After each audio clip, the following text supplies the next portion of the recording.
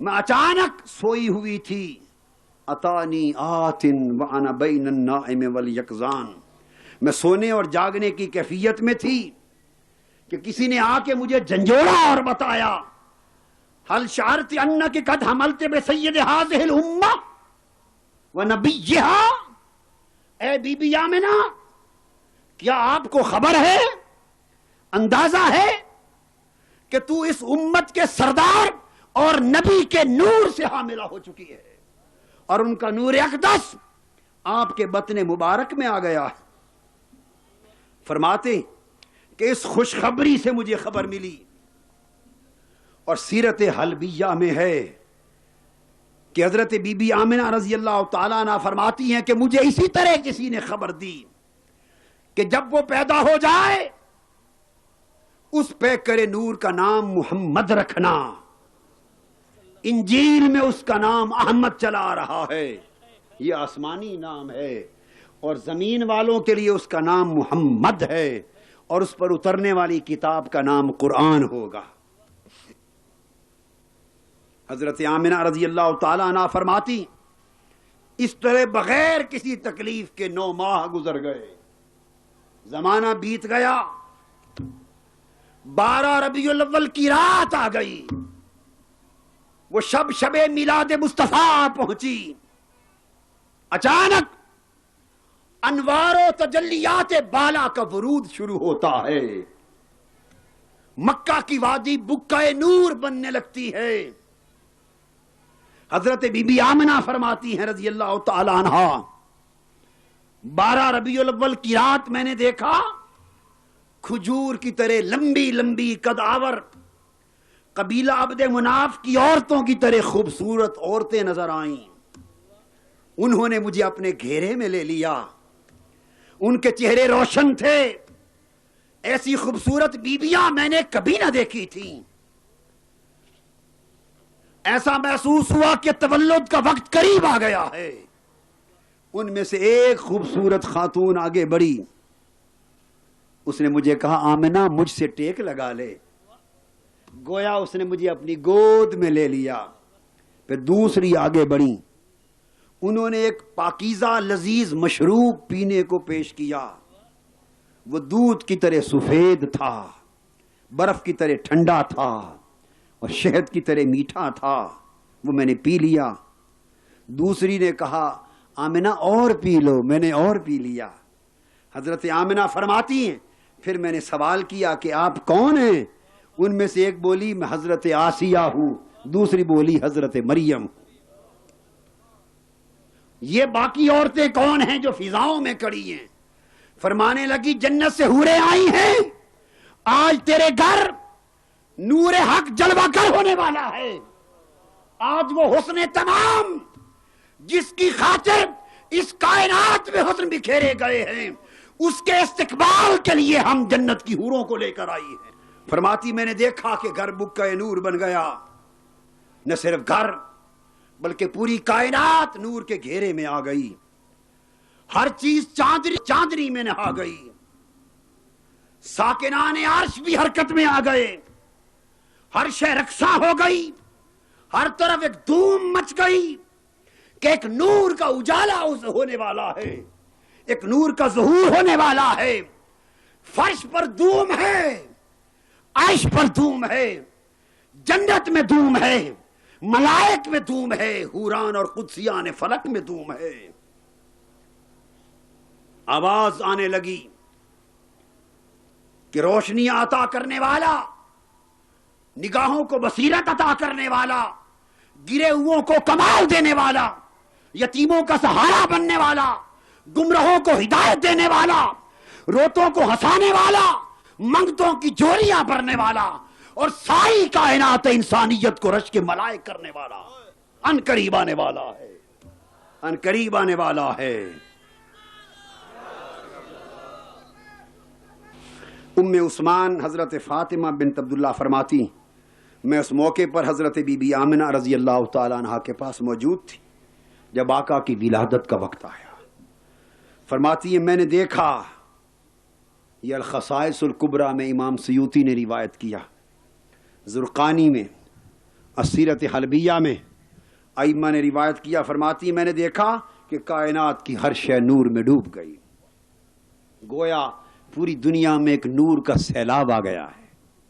اجرام سماوی، چاند ستارے زمین کی طرف جھک گئے، اتر آئے، ایسے لگا جیسے زمین کو بوسہ دینے نیچے آ رہے ہیں، ایسے لگا جیسے اجرام سماوی، اجرام نورانی اس فرش کو، زمین کو بوسہ دینے اتر رہے ہیں۔ یہ ایک عجیب تبدیلی تھی۔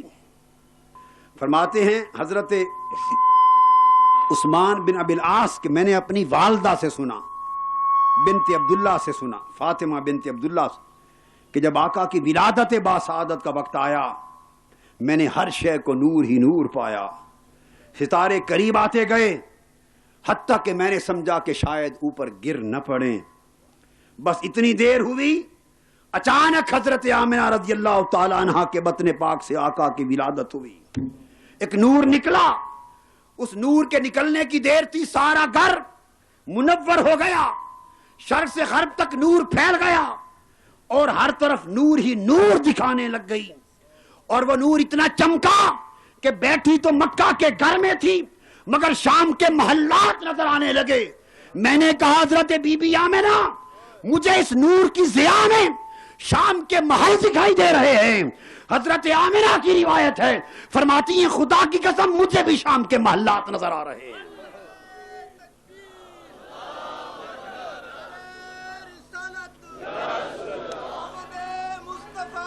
ولادت مصطفیٰ کے وقت فرماتی ایسے لگا جیسے ستارہ نور کا پہ کر نکلتا ہے، پوری زمین بکے نور بن گئی۔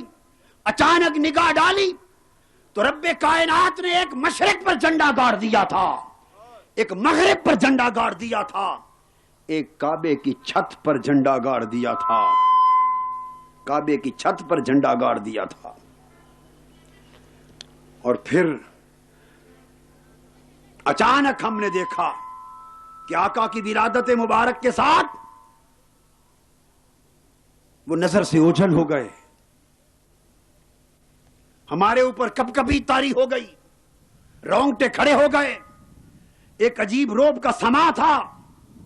آپ اچانک نگاہوں سے اوجھل ہو گئے، آواز آئی، ایک آواز سنی، کہاں لے جا رہے ہو؟ دائیں طرف سے جواب آیا، اسے مغرب کی سیر کے لیے لے جایا جا رہا ہے، اسے اپنی سلطنت دکھائی جا رہی ہے۔ پھر آواز آئی، اب کہاں لے جا رہے ہو؟ اب اسے مشرق کی طرف لے جایا جا رہا ہے، مشارق ارض سے مغارب ارض تک وہ ساری سلطنت جس پر یہ محمد راج کرے گا، ان سلطنت کی حدود دکھائی جا رہی ہے۔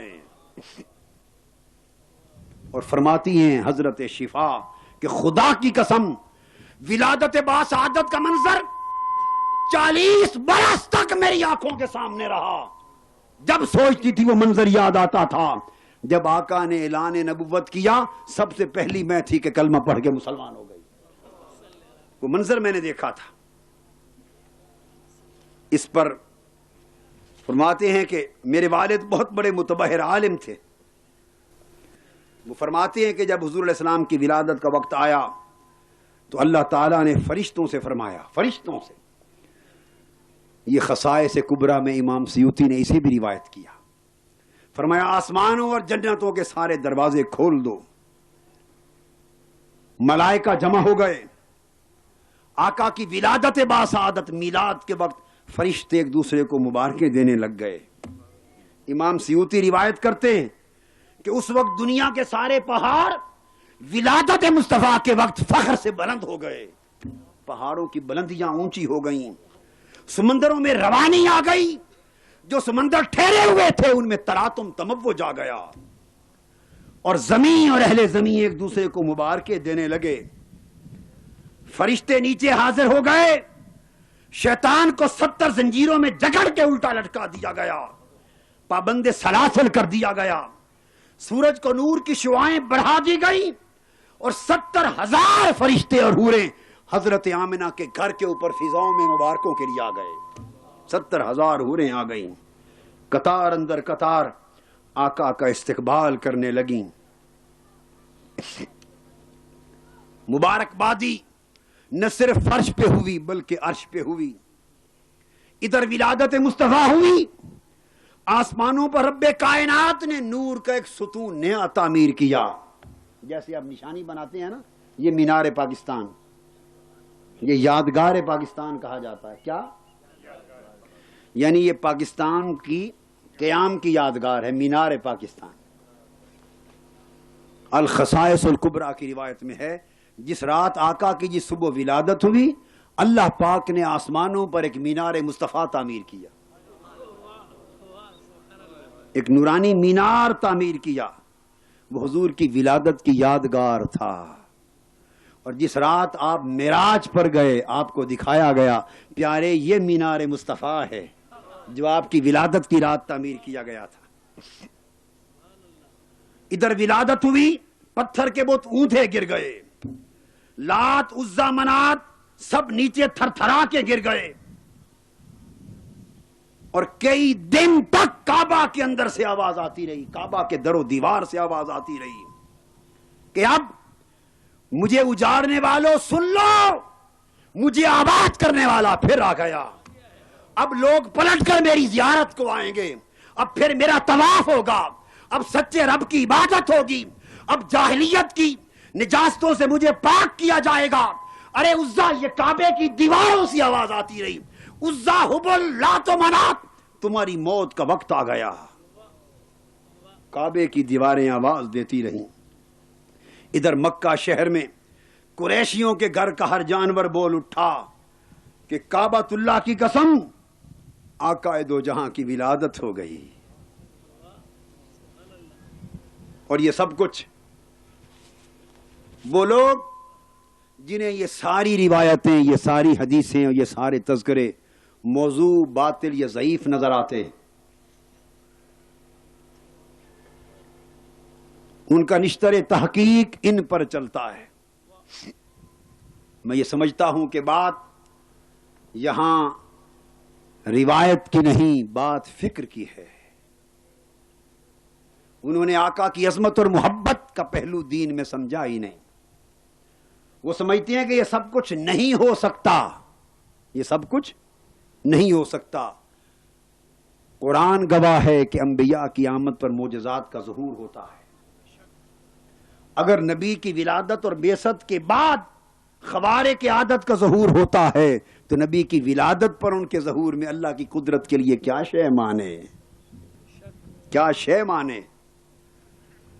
اگر آقا کے اعلان نبوت کے بعد پتھر آپ کی رسالت کی گواہی میں کلمہ پڑھ سکتے ہیں، بت آپ کی نبوت کی شہادت دے سکتے ہیں، درخت جڑیں اکھاڑ کر مصطفیٰ کے قدموں پہ سجدہ کر سکتے ہیں، بھیڑیے اور جانور مصطفیٰ کے علم غیب کی خبریں مدینہ میں دے سکتے ہیں، اگر انگشت شہادت کے اشارے سے ڈوبے سورج آپ کی زندگی میں پلٹ سکتے ہیں، اگر 14ویں رات کا چاند آپ کی انگلی کے اشارے سے چہ سکتا ہے، اگر مردے زندہ ہو سکتے ہیں، اگر سوکھی کھجور مصطفیٰ کے وراق میں رو سکتی ہے، اگر زہر کے بھرے ہوئے لقمے بھول سکتے ہیں، اگر اعلان نبوت کے بعد یہ سب کچھ ہو سکتا ہے تو ولادت مصطفیٰ پہ کس شے نے ناممکن بنا دیا، کس شے نے ناممکن بنا دیا.